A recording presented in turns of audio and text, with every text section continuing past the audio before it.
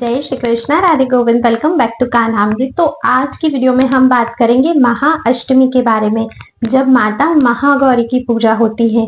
माता महागौरी का वर्ण बिल्कुल दूध की तरह सफेद है, तो महाअष्टमी पे सफेद रंग का अत्यधिक महत्व रहता है। महाअष्टमी पर क्या क्या करना है, सुबह से लेकर शाम तक आपको क्या क्या करना चाहिए, पूजा में क्या क्या सावधानियां रखनी है, क्या करना है और महाअष्टमी के उपाय, सभी कुछ डिटेल में जानेंगे। तो अगर आप इस चैनल पर नए आए हैं तो चैनल को जल्दी से सब्सक्राइब करके बेल आइकन प्रेस कर दीजिए, ताकि आपको आने वाले सभी वीडियोस के नोटिफिकेशंस मिलते रहें। और अगर आपको मेरी वीडियो पसंद आती है तो एक लाइक अवश्य ही करिएगा, क्योंकि जब आप लोग लाइक करते हो तब मुझे बहुत ही हिम्मत और प्रेरणा मिलती है। और कमेंट में जय माता दी लिखना बिल्कुल भी मत भूलिएगा। तो आइए वीडियो को शुरू करते हैं। तो देखिए, महाअष्टमी की पूजा होती है। कई सारे लोगों के यहाँ पर अष्टमी और नवमी का पूजन किया जाता है। ऐसे तो हम पूरे 9 दिन माता की पूजा करते हैं, लेकिन अष्टमी और नवमी, महाअष्टमी और महानवमी है जिसका विशेष महत्व होता है। महाअष्टमी के दिन माता महागौरी की पूजा की जाती है। तो इस दिन आप ब्रह्म मुहूर्त में उठ जाइए, अपने डेली जो भी आपके वर्क है वो सारे कर लीजिए। उसके बाद आप अपने पूजा के कक्ष में आ जाइए। अब पूजा में जैसे आप रोज साफ सफाई करते हैं, उसी तरह से आपको करना है। जो माता की चौकी आपने लगाई है, तो माता की चौकी पर जैसे हम कलश की, अगर नवग्रह बनाए हैं तो उनकी, गणपति जी विराजमान किए हैं, माता की मूर्ति स्थापित की है या चित्रपट स्थापित किया है, दीपक की, इन सभी की जैसे हम रोज पूजा करते हैं उसी तरह से आपको पूजा करनी है। और सबसे महत्वपूर्ण बात, आपके कुल में जिस तरह से पूजा होती है, आपके परिवार में जिस तरह से पूजा होती है, अष्टमी की पूजा बिल्कुल उसी तरह से आपको करनी है। ठीक है, कोई कुछ बता रहा है उस तरह से नहीं करनी है, क्योंकि ये कुल परंपरा के अनुसार पूजा होती है। तो जैसे आपके कुल में होती है उसी तरह से आपको करनी है। तो जो नॉर्मल पूजा है वो हमने कर ली। अच्छा, इस दिन अगर आप माता को चुनरी चढ़ाते हैं तो बहुत ही शुभ माना जाता है। अगर माता को आप श्रृंगार के वस्त्र देते हैं तो बहुत ही शुभ माना जाता है। अगर सुहागिन कन्याएं इस दिन माता को श्रृंगार का सामान अर्पित करती हैं तो उनके पति की दीर्घायु होती है और वे सौभाग्यवती का आशीर्वाद मैया से प्राप्त करती हैं। पर ये कंपलसरी नहीं है, अगर आपकी इच्छा है तो ही आपको करना है। अब जब आप माता का श्रृंगार करेंगे तो माता को आप कोशिश करिए कि आप व्हाइट कलर के फूल चढ़ाएं। माता को रात रानी का पुष्प जो है वो अत्यंत प्रिय है महागौरी मैया को। तो अगर मिल जाता है तो आप वो चढ़ाइए, नहीं तो कोई भी सफेद पुष्प चढ़ाइए। अगर नहीं मिलता है तो फिर आप लाल कलर के पुष्प भी मैया को चढ़ा सकते हैं, क्योंकि माता भगवती को लाल रंग अत्यंत प्रिय है। जैसे हमने चौकी पर भी लाल कपड़ा बिछाया है, मोस्टली हमने डेकोरेशन लाल कलर से ही किया है, क्योंकि वो मैया का फेवरेट है। तो अगर आप लोगों को है कि माता महागौरी को रात रानी का पुष्प मिलता है तो बिल्कुल अर्पित कीजिए, व्हाइट कलर के पुष्प मिलते हैं तो बिल्कुल अर्पित कीजिए। इस दिन आपको गुलाबी या लाल रंग की साड़ी या लाल या गुलाबी रंग के वस्त्र धारण करने चाहिए। अब जो नॉर्मल पूजा हो गई। अच्छा, महागौरी मैया की जिस दिन हम पूजा करते हैं, कई सारे लोग इस दिन कन्या पूजन भी करते हैं। जिनके यहाँ अष्टमी पूजी जाती है वे अष्टमी को ही कन्या पूजन करते हैं। तो कन्या पूजन कैसे करना है, कन्या पूजन की क्या क्या सावधानियां आपको रखनी है, अगर कन्याएं नहीं मिलती है तो क्या करना है, इसका वीडियो ऑलरेडी चैनल पर है। डिस्क्रिप्शन बॉक्स में आपको लिंक भी मिल जाएगा, आप वहां से उसे चेकआउट कर लीजिएगा। अब बहुत सारे लोग हैं जो 10 तारीख को अष्टमी कर रहे हैं, बहुत सारे लोग हैं जो 11 को अष्टमी कर रहे हैं। अष्टमी कब करनी है ये भी वीडियो में ऑलरेडी बना चुकी हूँ, आप लोग चैनल पे चेकआउट कर सकते हैं। तो अगर आप 10 को भी कर रहे हैं या अगर आप 11 को भी कर रहे हैं तो कोई प्रॉब्लम नहीं है। दोनों ही दिन जब आपके यहाँ पर हो रही है अष्टमी, आपके कुल में अष्टमी हो रही है, तभी आपको करनी है। तो अब बात करते हैं कि आगे फिर आपको क्या करना है। तो माता महागौरी को अष्टमी के दिन हमें नारियल का भोग लगाना है। मैया को नारियल अत्यंत प्रिय है। और देखिए, नारियल आपको सूखा गोला नहीं लगाना है, आपको पानी वाले नारियल का ही भोग लगाना है। और फिर उसको आप बदार सकते हो, आप चाहे तो नारियल से बनी कोई मिठाई का भी भोग लगा सकते हो, क्योंकि ये मैया का प्रिय है। बहुत सारे लोग मंदिर में भी इस दिन नारियल देते हैं। तो अगर आपके यहाँ पर भी ये परंपरा है तो आप मंदिर में भी जाकर नारियल दे सकते हो अष्टमी वाले दिन। ठीक है, इसके बाद जानते हैं कि अष्टमी पे अगर आप मंदिर जा रहे हो तो आपको क्या करना है। अगर आप मंदिर जाते हो तो वहां पर आपको माता से अपने घर की सुख समृद्धि के लिए पहले तो आशीर्वाद मांगना है। ठीक है, मंदिर में आपको अगर कोई भी कन्या वहां मिल जाती है तो कोशिश करिए आप उसका पूजन कर सको, कुछ ना कुछ उसको दक्षिणा दे सको। ये मंदिर में करना है आपको। मंदिर में ब्राह्मण को आप कुछ ना कुछ दान भी अवश्य ही कर सकते हो। और अगर आप घर पर पूजा नहीं करते हो तो आप मंदिर में जाकर नारियल चढ़ाइए और मंदिर में ही माता रानी की पूजा भी कर लीजिए। अब अष्टमी वाले दिन या नवमी वाले दिन जब भी आप लोग मंदिर जाते हो तो ज्यादा हेवी ज्वेलरीज वगैरह पहन के आपको नहीं जाना है। ये एक सजेशन है मेरी साइड से, क्योंकि क्या होता है ना कि महिलाएं बहुत सारा गोल्ड और ये सारी चीजें पहन के जाती है, पर मंदिर में हर तरह के लोग आते हैं।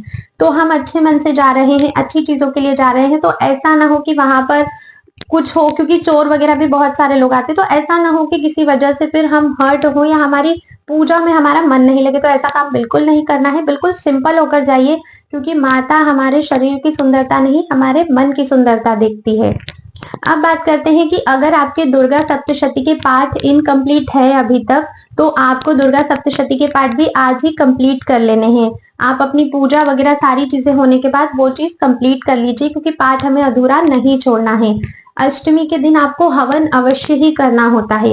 कई सारी जगह पर पूर्णाहुति हवन किया जाता है अष्टमी या नवमी के दिन। तो अगर आप नवमी को पूर्णाहुति हवन करते हो तो वो नवमी को करना, लेकिन एक हवन छोटा ही भले ही सही, पर आपको अष्टमी के दिन हवन भी अवश्य ही करना है।